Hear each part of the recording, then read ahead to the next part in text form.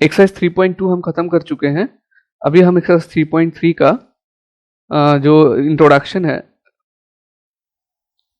उसको करेंगे, उसको समझाऊंगा मैं आपको अभी, जिसके बेसिस पे आगे एक्सरसाइज 3.3 में जो क्वेश्चंस है उसको हमको सॉल्व करना है। ठीक है, ये एक्सरसाइज अब आपको इजी लगता जाएगा, क्योंकि ग्राफ को अगर आपने अच्छे से कर लिया तो जो कॉन्सेप्ट है इसका ये दिमाग में अच्छे से बैठ जाता है। अगर ये दिमाग में अच्छे से बैठ जाता है, आगे आने वाले जो क्वेश्चंस होंगे वो आपके लिए बिल्कुल मुश्किल नहीं हो सकता, वो आपको ईजी लगेगा। वर्ड प्रॉब्लम में थोड़ा सा हो सकता है आप कंफ्यूज हो जाए, लेकिन जब आपको वर्ड प्रॉब्लम से इक्वेशन बनाना आ जाएगा, जैसे कि एल्जेब्रिक ये ग्राफिकल मेथड करने से पहले ही हमने वो चीज़ सीख लिया है कि इक्वेशन कैसे बनाते हैं, तो वो चीज़ भी अगर आपको क्लियर है तो फिर आगे आने वाले जो एक्सरसाइजेस है ये थोड़ा ज़्यादा है 3 में, लेकिन वो आपको बिल्कुल हार्ड नहीं लगेगा।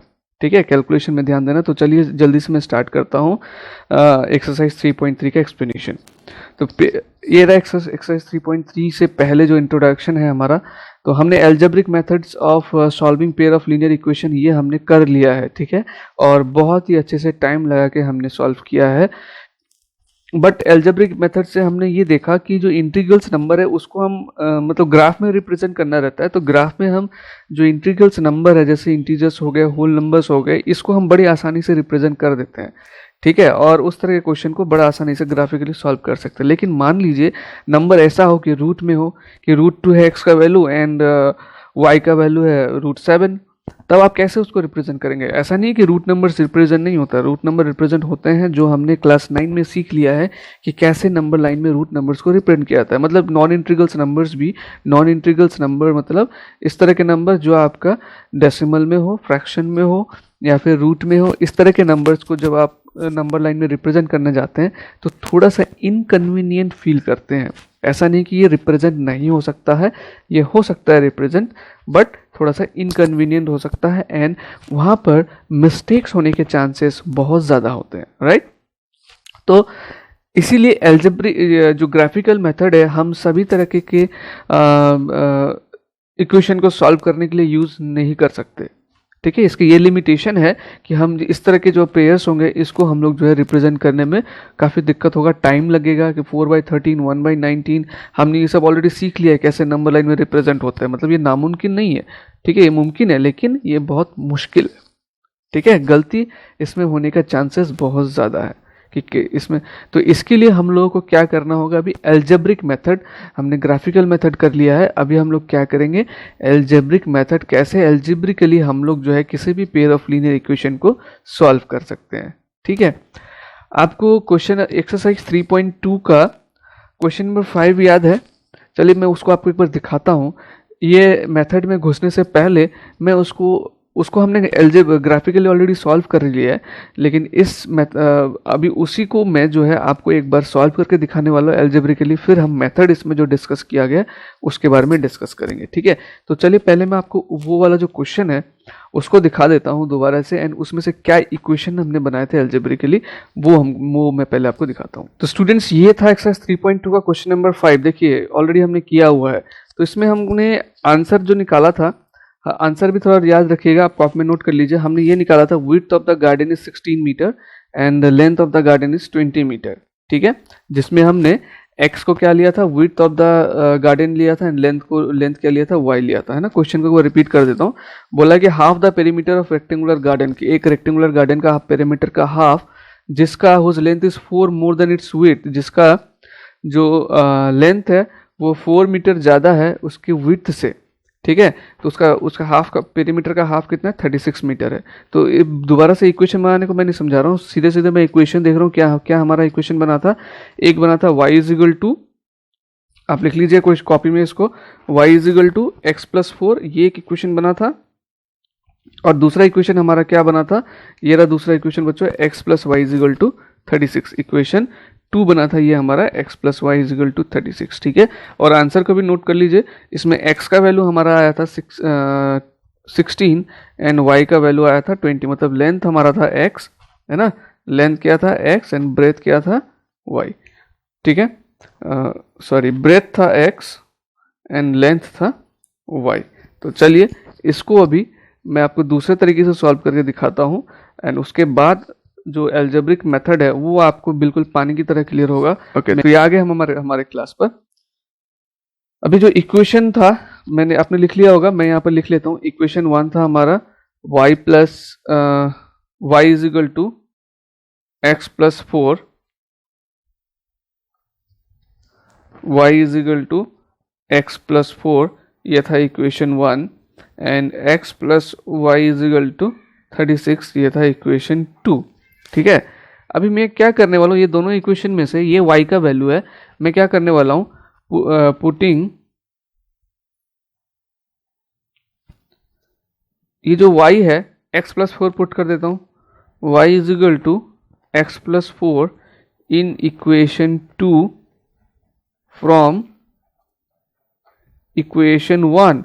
इक्वेशन 2 में y is equal to x plus 4 put कर रहा हूँ, और ये x प्लस 4 वैल्यू मेरे को कहाँ से मिला, वो भी मैंने लिख दिया, इक्वेशन 1 में से मिला। तो ये क्या हो जाएगा, x plus 4 is equal to 36। तो आप बोलेंगे सर ये तो बड़ा इजी हो गया, तो हम ही कर लेंगे, आप नहीं भी करेंगे तो, है ना।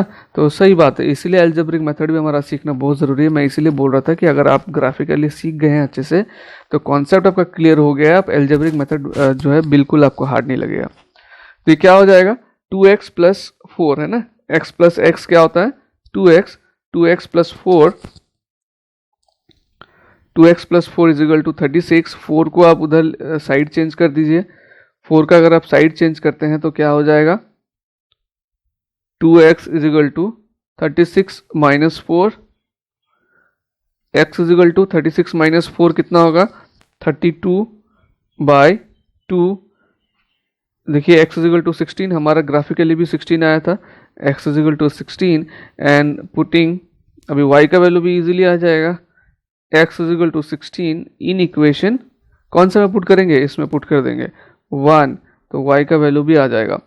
तो y is equal to x plus 4 है, यानी कि 16 plus 4 is equal to 20 metre. तो यानी कि लेंथ हमारा हो गया 20 मीटर, आंसर में यही था, और ब्रेथ हो गया 16 मीटर, है ना। तो कितने आसानी से सॉल्व हो गया आप देखिए, और कितना कम टाइम लगा ग्राफ करने में, हमको कितना मिनिमम 10 मिनट्स तो लगता ही है एकदम एक्सपर्ट होने से भी, है ना। इसको देखिए 5 मिनट भी नहीं लगा, कितने आसानी से कितना जल्दी सॉल्व हो गया। ठीक है, तो ये जो मेथड हमने अभी यूज़ किया ना इसको सॉल्व करने के लिए, इसको बोलते हैं सब्स्टिट्यूशन मेथड। ठीक है, इसको क्या बोलते हैं, सब्स्टिट्यूशन मेथड। हम सब्स्टिट्यूट कर रहे हैं, जैसे यहाँ पर हमने क्या किया, y का वैल्यू को सब्स्टिट्यूट किया, कहाँ से, इक्वेशन 1 से। तो हम यहाँ पे पुटिंग की जगह हम जो वर्ड यूज़ करेंगे बाद में वो यूज़ करेंगे सब्स्टिट्यूटिंग। हम लिखेंगे substituting y is equal to x plus 4 in equation 2 from equation 1। ठीक है, तो देखा आपने ये कितना इजी है। चलिए अभी जो मेथड इसमें डिस्कस किया गया है वो मैं आपको दिखा देता हूँ।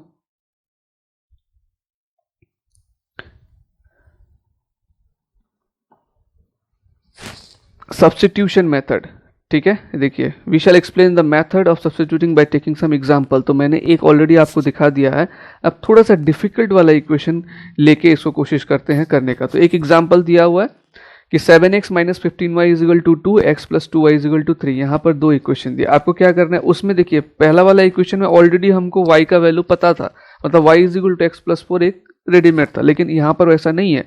तो आप इसमें क्या करेंगे, किसी भी एक वेरिएबल का value in terms of the other निकालेंगे। जैसे कि यहाँ पर देखिए क्या किया गया, स्टेप 1 में ये x plus 2y is equal to 3 को पिक किया गया, यहाँ से x का वैल्यू ले लिया गया, कैसे, x is equal to easily 3 minus 2y। ठीक है, तो दोनों में से किसी भी इक्वेशन को आप उठा के कर सकते हैं। ऐसा नहीं कि इन्होंने ये वाला इक्वेशन उठाया तो इक्वेशन 2 ही उठाना पड़ता है, ये रूल नहीं है।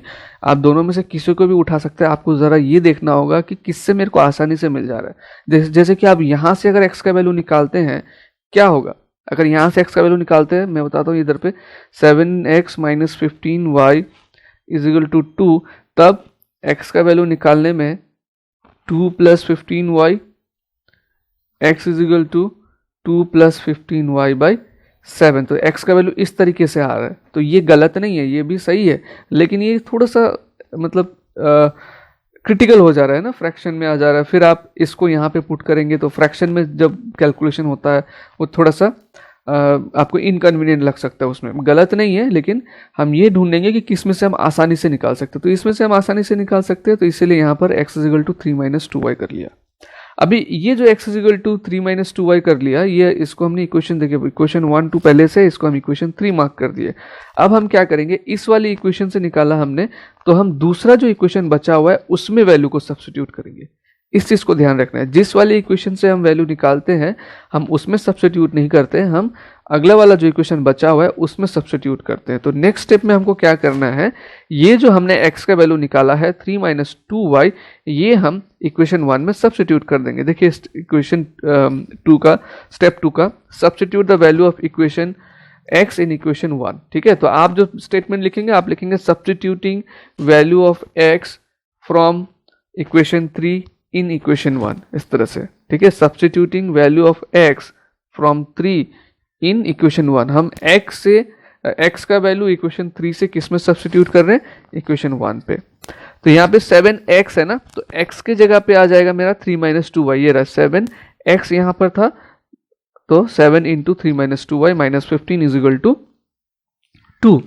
अभी 7 into 3 21, plus into minus minus, 7 two ज़ा 14y minus 15y is equal to 2। अब इसको सॉल्व करना इजी हो गया क्योंकि वेरिएबल हमारा सेम हो गया है ना, linear equation in one variable की तरह हो गया क्वेश्चन। तो 21 को हम इधर लेके जाएंगे, इसके बाद वाला स्टेप दिखाया नहीं है, मैं दिखा देता हूँ। माइनस 14y माइनस 15y क्या हो जाएगा, minus 29y is equal to 2 minus 21। तो 2 माइनस 21 जब करेंगे ये माइनस 19 हो जाएगा, यानी कि minus 29y is equal to minus 19। अब ये माइनस माइनस हमारा कैंसिल हो जाता है, आपको पता है, तो y का वैल्यू इज इक्वल टू क्या हो जाएगा, 19/29। तो ये जो y का वैल्यू अब आया है, अब हम किस में पुट कर देंगे, इक्वेशन 3 में पुट कर देंगे। इक्वेशन 3 में अगर y का वैल्यू पुट निकल जाएगा। नाउ ये x का वैल्यू, ये y का वैल्यू हम कहाँ सब्स्टिट्यूट करेंगे, x का, ये इक्वेशन 3 में सब्स्टिट्यूट करेंगे x का वैल्यू को निकालने के लिए। तो ये क्या है, x is equal to 3 minus 2y, तो 3 माइनस 2, ये देखिए y के जगह पे 19/29 है। अभी इसको सॉल्व करके हमको क्या आएगा, x का वैल्यू आएगा। कैसे सॉल्व करेंगे, अब तो डायरेक्ट दे दिया है, तो आपको सॉल्व करना है, मैं दिखा रहा हूँ यहाँ पर कैसे सॉल्व होगा। x is equal to 3 minus 2 into 19/29 है ना, तो ये हो जाएगा 3 माइनस 2 इंटू 19 कितना होता है, 38 है ना, बाई 29। अब इसके नीचे 1 है, एलसीएम करेंगे तो क्या आएगा, 29 आएगा। तो 3 इंटू 29 माइनस 38,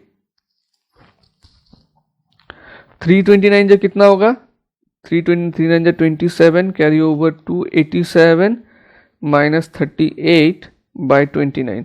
अब 87 माइनस 38 करके देखिए कितना आएगा, 49/29। अगर ये कैंसिल होता है तो कैंसिल करेंगे, नहीं कर होता है तो यही होगा हमारा आंसर। तो लास्ट में हमको सोल्यूशन लिख देना, solution is x is equal to 49/29 and y is equal to 19/29। ठीक है, अब इसको आप वेरीफाई कर सकते हैं, वेरीफाई करना ज़रूरी नहीं है। अगर क्वेश्चन में बोला है कि वेरीफाई योर सॉल्यूशन तब आप करेंगे, अदरवाइज सिर्फ हमको आंसर लिखना है, ये ध्यान रखना है। तो वेरिफिकेशन आपको इसलिए दिखा रहे हैं ताकि आपको तसल्ली हो जाए कि हाँ जो हमने वैल्यूज़ निकाला है वो सही है एंड प्रोसेस जो हमने किया है वो सही है। और आप खुद की तसल्ली के लिए भी वेरिफिकेशन रफ में करके देख सकते हैं कि मेरा आंसर सही है नहीं है। तो वेरिफिकेशन आप कैसे करेंगे, जस्ट जो इक्वेशन क्वेश्चन में दिया हुआ है उसमें ये x और y का वैल्यू पुट कर देंगे। जैसे कि मैं एक दिखा रहा हूँ, एक हमारा एक इक्वेशन ले लेते हैं, क्या था इक्वेशन, हाँ x plus 2y is equal to 3, ये वाला इजी लग रहा है थोड़ा, इसमें ले लेता हूँ x plus 2y is equal to 3, x plus 2y is equal to 3 दिया हुआ है। तो वेरिएबल इसमें कौन सा साइड में, लेफ्ट हैंड साइड में। तो आप लेफ्ट हैंड साइड में x और y का वैल्यू पुट कर देंगे। x और y का वैल्यू पुट करके अगर राइट हैंड से 3 है, इधर भी 3 आ जाता है तो इसका मतलब हमारा राइट है। तो करके देखते हैं, x का वैल्यू क्या था 49/29 एंड y का वैल्यू क्या था 19/29, 19/29 y का वैल्यू। तो ये हो जाएगा 49/29 प्लस 2 9 जा 38/29। इसको आप एलसीएम करते हैं तो 29 ही आएगा, 49 प्लस 38, 49 प्लस 38 कितना होता है 87, 87/29 कैंसिल करिए 3, देखिए इसका राइट हैंड साइड भी सेम है। तो यानी कि जो हमारा x का वैल्यू आया है वो सेम है, मतलब सही आया x और y का वैल्यू। ठीक है, तो ये वेरिफिकेशन मैंने आपको इसलिए सिखाया कि कभी आपको डाउट हो मेरा आंसर सही है नहीं है, अगर आपके पास टाइम रहता है एग्जाम में तो आप ऐसे करके एक बार वेरीफाई कर सकते हैं रफ में। दो जरूरी नहीं है दोनों इक्वेशन में चेक करने का, जो छोटा इक्वेशन इजी इक्वेशन लगता है उसमें आप रफ में फटाफट पुट करके देख लीजिए सही हो रहा नहीं हो रहा है। ठीक है, तो ये था स्टेप्स। बुक में देखिएगा स्टेप का ये एक्सप्लेनेशन नीचे और दिया हुआ है, स्टेप 1, स्टेप 2, स्टेप 3। तो ये मैं ऑलरेडी आपको एक्सप्लेन कर चुका हूँ, इसलिए मैं दोबारा इसमें नहीं जा रहा हूँ, लेकिन आपके पास बुक है तो आप इसको बैठ के कभी भी पढ़ सकते हैं। ठीक है, तो इसमें हम क्या कर रहे हैं, इसमें एक्चुअली क्या कर रहे हैं, एक इक्वेशन में से वेरिएबल का वैल्यू दूसरे में सब्स्टिट्यूट कर रहे हैं, इसीलिए मेथड का नाम भी क्या है, मेथड का नाम रखा गया है सब्स्टिट्यूशन मेथड। तो स्टूडेंट्स ये था सब्स्टिट्यूशन मेथड का फंडा, बहुत ही सिंपल है।